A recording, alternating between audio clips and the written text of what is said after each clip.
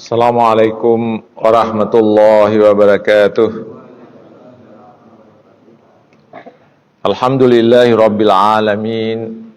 Wabihi nasta'inu ala umurid dunya waddin. Wassalatu wassalamu ala khairil anam Sayyidina wa maulana Muhammadin wa ala alihi wa sahbihi ajma'in. Amma ba'd. Bapak-bapak dan ibu-ibu yang saya muliakan, pertama-tama marilah kita panjatkan puja dan puji syukur kehadirat Allah Subhanahu wa Ta'ala atas rahmat dan karunia yang dianugerahkannya kepada kita hingga pada hari ini kita dalam keadaan sehat walafiat. Semoga di hari-hari mendatang kita senantiasa tetap mendapatkan kesehatan, kekuatan, dan dijauhkan oleh Allah Subhanahu wa Ta'ala dari segala penyakit. Bapak Ibu yang saya muliakan, dalam uraian yang lalu telah kita menguraikan dua di antara sekian banyak a'malul haji wal umroh, yaitu amalan-amalan yang dilakukan dalam rangkaian ibadah haji dan umroh. Yang pertama kita sudah menjelaskan mengenai ihram, kemudian yang kedua memasuki Mekah. Pada hari ini kita akan menjelaskan rangkaian yang ketiga dari amal-amal haji dan umroh, yaitu at-tawaf.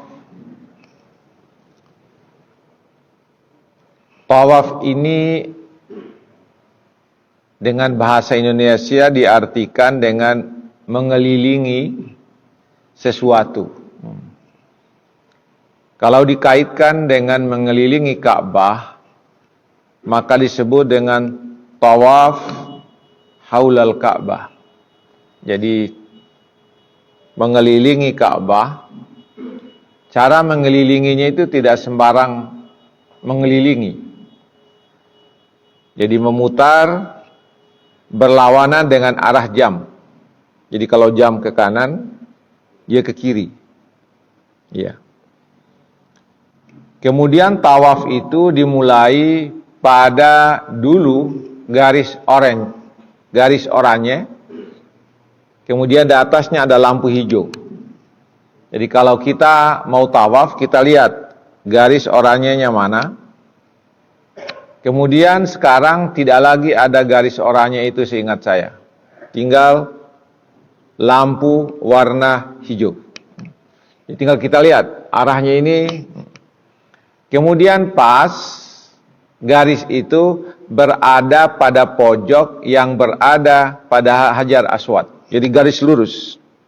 Jadi Hajar Aswad di pojok situ, kemudian ada nanti lampu hijau pas garis lurus. Disitulah kita memulai tawaf.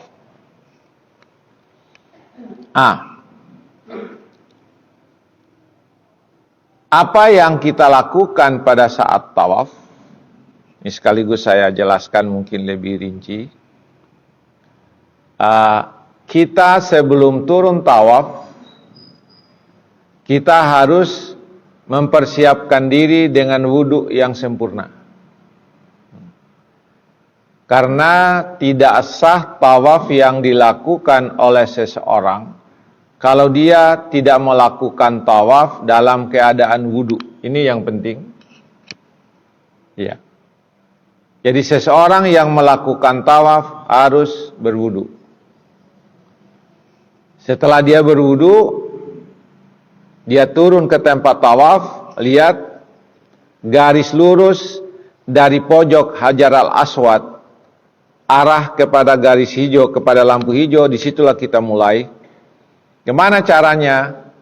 Kita menghadap ke arah kiblat, Bismillahi Allahu Akbar, sambil angkat tangan. Bismillahi Allahu Akbar, sambil dikecup tangan kita yang sudah kita angkat. Selesai. Bismillahirrahmanirrahim, Allahu Akbar. Kita angkat tangan, kemudian langsung kita kecup tangan kita. Ini adalah sunnah Rasulullah. Jadi kalian tidak perlu mencium Hajar Aswad untuk memulai tawaf.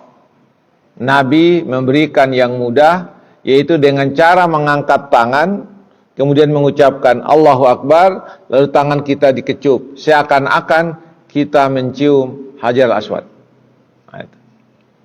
Setelah itu kita berjalan mulai dari situ, 1 kali putaran hitungannya 1.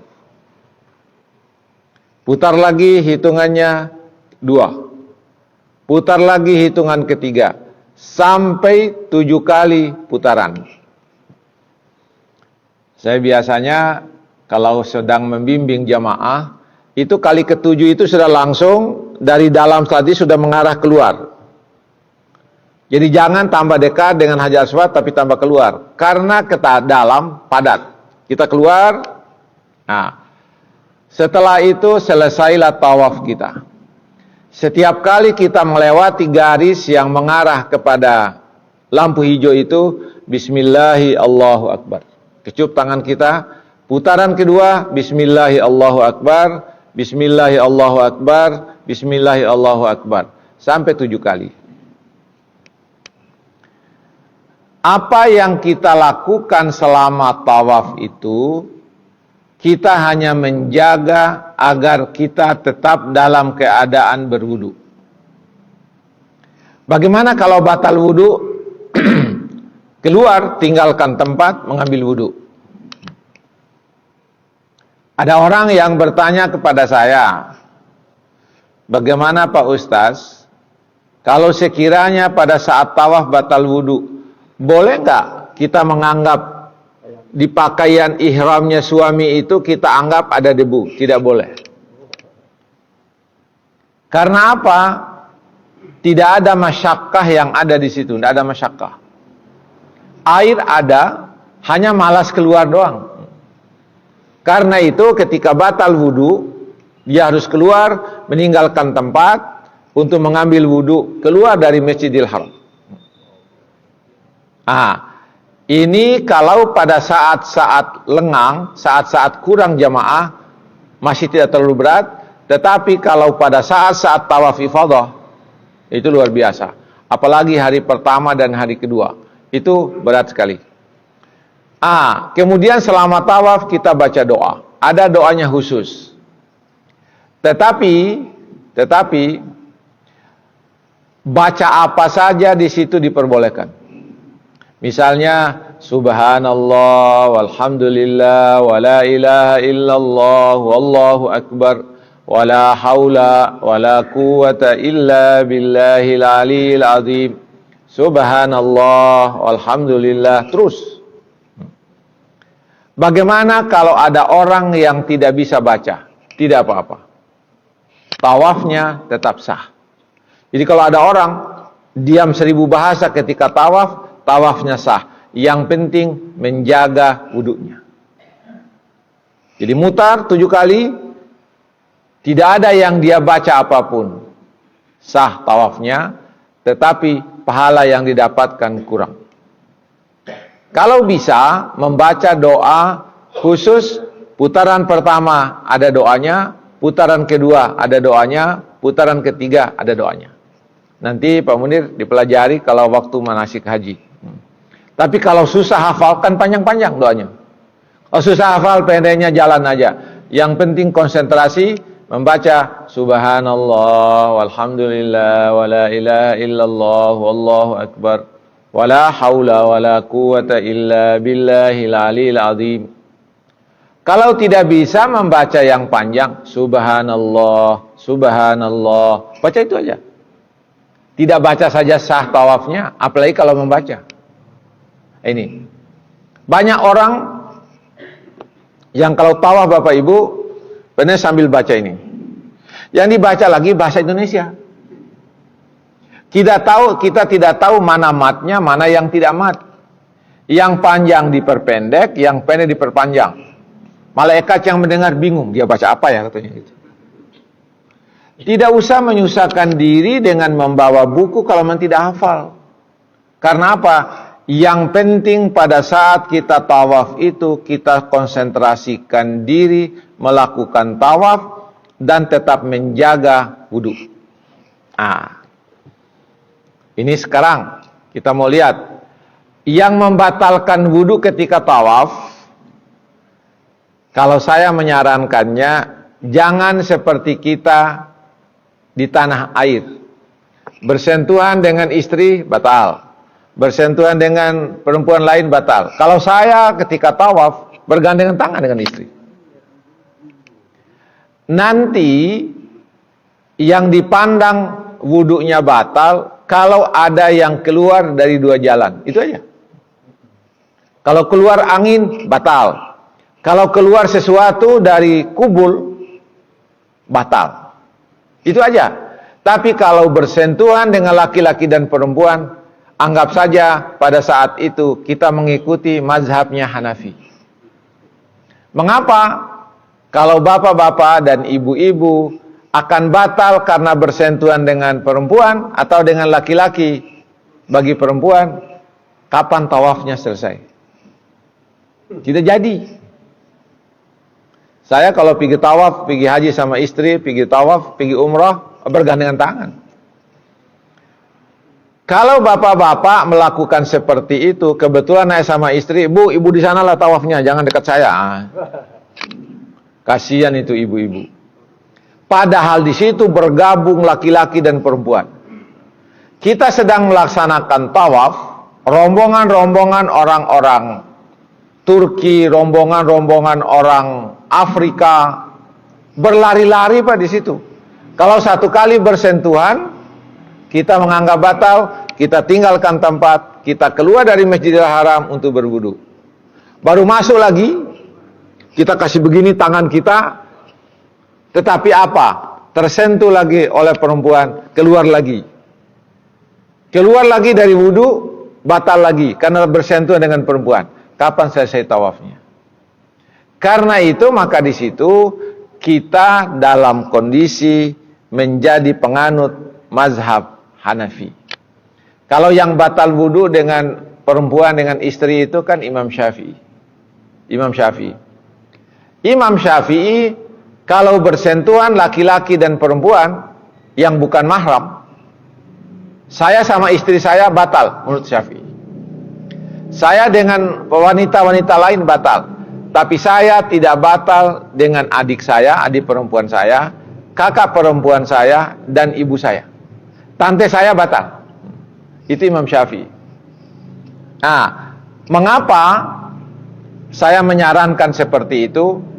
Karena sudah mulai kesulitan kalau kita menggunakan pandangan Imam Syafi'i dalam hal itu. Kalau di tanah air kita seperti ini, apa susahnya? Pak Munir bersentuhan dengan istri, kan gampang sekali, air di mana-mana. Keluar dari kamar sholat, langsung ada kamar mandi kan? Air tidak pernah kurang. Di sana sulit. Jadi kita hanya menggunakan batal wudu kalau ada angin yang keluar, atau ada sesuatu yang keluar dari dubur, atau ada sesuatu yang keluar dari kubul. Kubul itu faraj, kemaluan. Ya. Ini dalam hal tawaf. Karena itu maka tawaf itu adalah mengelilingi Ka'bah sebanyak 7 kali. Kemudian setiap kali dimulai pada garis hijau, pada arah lampu hijau menuju pojok Hajar Aswad. Kemudian kita mulai dengan senantiasa menjaga air wudhu kita. Kemudian yang kedua, kita senantiasa kita membaca doa, dan membaca doa itu hukumnya sunat. Terserah, mau baca doa atau mau tidak, tetap saja tawafnya sah, asalkan tawafnya tetap dijaga wudhunya. Tawaf 7 kali, doanya sunat. Kalau tidak membaca, berarti tidak dapat pahala. Itu aja. Oke, baik. Tawaf itu ada 4 macam. Ada 3 macam. 3 macam, ya. Yang pertama ada namanya tawaf kudum. Tawaf kudum itu dilakukan oleh seseorang yang pertama kali masuk ke kota Mekah. Jadi bukan baru pertama kali mengunjungi Mekah, enggak. Setiap kali mengunjungi Mekah, apalagi mengunjungi Masjidil Haram, setiap orang harus melaksanakan tawaf kudum. Tawaf kudum itu sama dengan sholat tahiyatul masjid. Jadi setiap orang datang tawaf kudum. Bagi mereka yang datang di Mekah tidak dengan tujuan haji dan umrah, bagaimana caranya dia? Dia masuk ke Masjidil Haram setelah berwudu, boleh dalam keadaan pakaian biasa, kemudian dia melakukan tawaf tahiyatul Masjidil Haram. Tawaf kudum. Bagi mereka-mereka yang haji, itu nanti berbeda. Seseorang yang melakukan haji tamattu, haji dulu, setelah itu umrah dulu baru haji. Jadi nanti ketika dia datang, dia melaksanakan tawaf umrah, kemudian sa'i umrah, kemudian cukur. Kita bertanya, tawaf kudumnya mana? Apakah dia harus melakukan tawaf kudum? Tidak perlu. Tawaf umrah itu sudah dipandang, masuk ke dalamnya itu tawaful kudum. Bayangkan Pak Munir, kalau kita tawaf kudum dulu baru tawaf umrah, tenaga Pak Munir habis.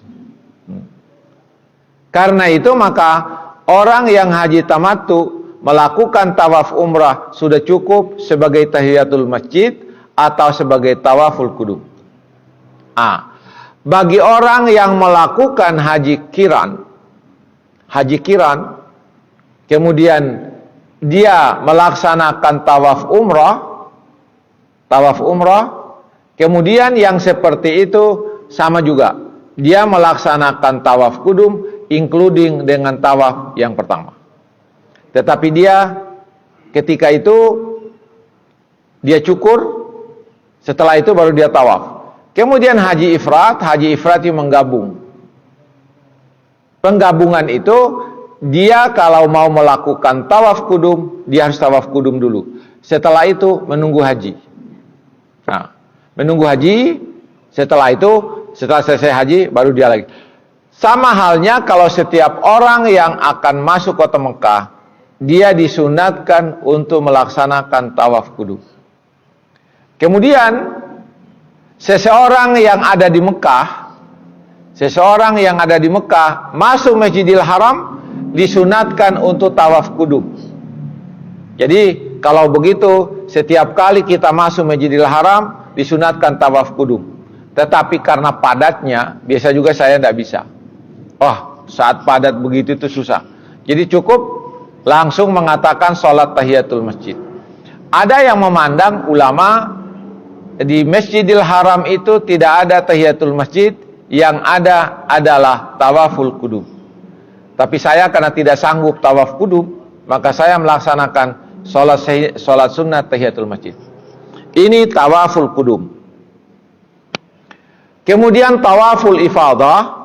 Tawaful ifadah itu adalah tawaf wajib. Tawaf yang dilakukan setelah wukuf di Arafah. Jadi ada orang yang sudah dari Arafah, kemudian lewat Musdalifah, kemudian lewat Mina, langsung dia belok kiri. Tujuannya adalah kota Mekah untuk melakukan tawaful ifadah, tawaf wajib, yang tawaf rukun yang berkaitan dengan haji. Ada jamaah yang dari Arafah, kemudian dia Musdalifah karena harus mabit, kemudian lewat Mina, dan di Mina langsung dia di situ tinggal. Kemudian dia belum melaksanakan tawaf ifadah Karena tawaf ifadah dilakukan di Mekah, di Masjidil Haram. Kalau begitu apa yang dilakukan oleh mereka yang ke sana? Maka yang pertama dia lakukan adalah melontar jamrah Aqabah. Yang ke Mekah tadi itu tawaf kudum dulu, tawaf ifadah dulu. Sedangkan yang ke Mina dia melaksanakan melontar jamrah Aqabah pada tanggal 10. Jadi jamrah Aqabah itu jamrah yang dekat dengan kota Mekah. Jamrah Ula itu yang dekat dengan Arafah. Jadi lebih dekat dari Arafah dia. Jadi ketika jamaah ini pada umumnya jamaah, terutama jamaah haji kita, jamaah Indonesia, Arafah, Musdalifah, Mina. Kalau jamaah haji ONH Plus, Maktur, Arafah, Musdalifah, Mekah.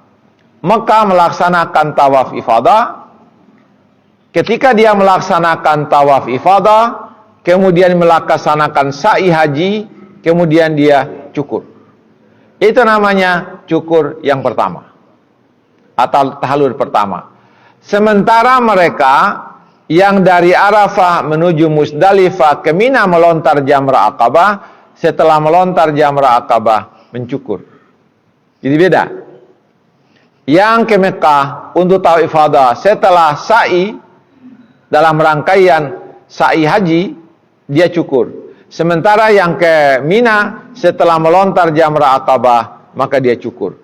Setelah dia cukur, dia dalam kondisi tahallul pertama. Setelah mereka yang menuju ke Mekah setelah melaksanakan tawaf ifadah, melaksanakan sa'i dan cukur, mereka itu tinggal dulu.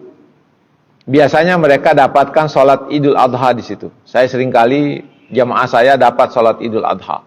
Karena kita subuh-subuh dari sana, dari Musdalifah, kita masuk, kita subuh-subuh tawaf ifadah, sa'i, kemudian cukur, kemudian kita ikut sholat Idul Adha di Masjidil Haram.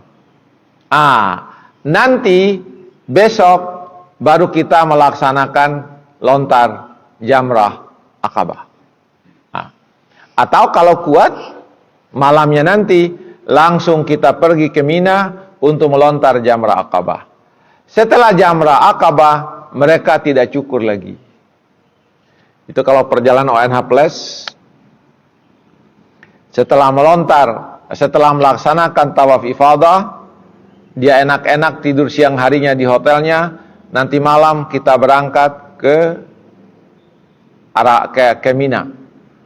Ke Mina, kemudian kita datang melontar kira-kira jam 9 malam. Kita melontar jamrah Aqabah. Setelah itu kembali ke kemah kita di Mina. Kemudian pagi-pagi setelah terbit matahari kita melontar jamrah Ula, Wusta, Aqabah hari pertama. Setelah itu kembali ke Mekah lagi. Nanti besok malam lagi baru kita datang. Kita datang di situ untuk melontar jamrah hari kedua, yaitu tanggal 12. Pada umumnya kalau ONH Plus itu nafar awal. Jadi hanya 2 hari dia melontar jamrah Ula, Wusta, Aqabah. Setelah itu dia kembali ke hotel. Kemudian 2 hari kemudian pulang ke tanah air. Sementara kita ONH biasa dari Arafah, Musdalifah, Mina melontar jamrah Aqabah, kita mabit di Mina. Kalau ONH Plus tadi itu mabitnya di Mina juga, cuma menunggu. Malam itu mereka santai-santai, nanti besok pagi melontar lagi, besok lagi datang melontar lagi, sudah selesai. Yang mereka yang nginap di Mina melontar jamrah Aqabah hari tanggal 10, kemudian giliran orang Indonesia itu melontarnya malam. Besok malam melontar lagi, sementara kalau siang-siang itu orang-orang Arab yang dikasih waktu. Jadi kita diberi waktu malam. Bolehkah kita melontar selain malam seperti yang ditentukan itu? Boleh kapan saja. Tetapi mudahnya kita berombongan beramai-ramai, Siapa tahu di dalam perjalanan ada yang tidak kuat lagi, disitulah kita boyong mereka. Jadi jangan pernah kalau merasa tidak kuat, jangan pernah berjalan sendiri untuk melakukan lontaran itu, karena berbahaya. Banyak di sana orang yang hilang, yang kita tidak tahu siapa keluarganya, langsung dibawa ke rumah sakit, dicari-cari sudah sekian hari, cari-cari tidak ketemu, kemungkinan sudah masuk kategori mayat yang ditemukan, dan itu dikuburkan. Tetapi kalau ada gelangnya, itu ketahuan dia kloter berapa dan tempatnya di mana. Biasanya diberitahu. Ya. Ini Bapak Ibu mengenai tawaful ifadah. Kemudian tawaf wada. Tawaf wada itu adalah tawaf pamitan, bukan tawaf terakhir. Tawaf pamitan ketika kita hendak melakukan perjalanan pulang. Sebelum meninggalkan Masjidil Haram, kita melaksanakan tawaful wada. Sama tadi, harus berwudu, kita memutarnya 7 kali. Tetapi bedanya, tawaf yang ini doanya hanya satu. Doanya hanya satu. Ya Allah, sesudah tawaful wada ini aku akan pulang ke tanah airku. Ya Allah, berikanlah kekuatan lagi kepadaku agar aku datang lagi ke sini. Itu aja doanya. Tidak ada yang lain. Doa terus. Doanya hanya satu aja. Ya Allah, aku akan pulang pada hari ini atau besok, dan hari ini saya melaksanakan tawaf wada. Setelah pulang, ya Allah, jadikanlah hajiku haji yang mabrur, dan setelah saya pulang nanti berilah kekuatan dan rezeki kepadaku agar aku datang kembali ke rumahmu ini. Itu aja doanya. Terus sampai 7 kali. Berapa puluh kali bacaan doa itu yang terus kita baca. Insya Allah makbul. Ini Bapak-bapak mengenai tawaf.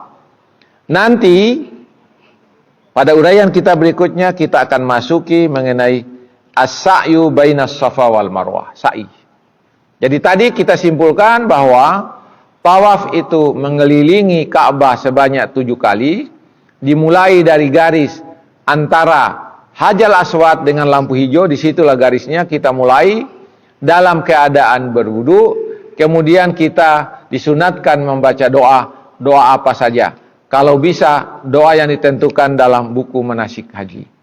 Nah ini sampai selesai tawaf, maka selesailah tawaf kita. Apakah tawaf kudum, apakah tawaf ifadah, apakah tawaful wada. Itu aja saya kira.